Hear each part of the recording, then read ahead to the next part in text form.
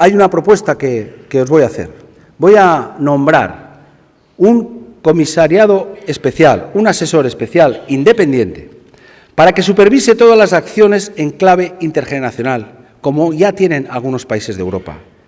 Porque nuestro programa de gobierno no está pensando en ganar unas elecciones, está pensado sobre todo en las próximas generaciones. En eso está pensado nuestro programa de gobierno, porque nosotros no queremos sacar la tarjeta, gastar y después el que venga y arreará.